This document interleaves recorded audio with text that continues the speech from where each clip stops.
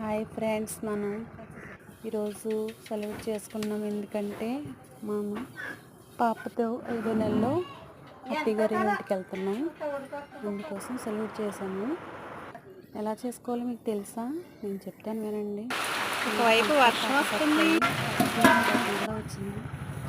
పంచదార పాకం అయిన తర్వాత మనం బియ్యం నానబెట్టుకుని ఆడించుకుని విసురుకోవాలన్నమాట, ఏమి బరకలు లేకుండా. ఇప్పుడు పంచదార పాకం పడిన తర్వాత లేత పాకం, ముద్ర పాకం అయితే అరిసెలకు బాగుంటుంది. లేత పాకం పట్టుకుని మనం పిండి వేసుకుని గట్టిగా కలపాలన్నమాట. కలుపుతూ ఉండాలి, కలుపుతూనే ఉండాలి. తర్వాత మనం వేసుకున్న కొబ్బరి ముక్కలు, జీడిపప్పులు, నెయ్యి వేసుకుని సర్వ్ చేసుకుంటే వెరీ టేస్టీ సెలవుడ్ రెడీ. Thank you friends.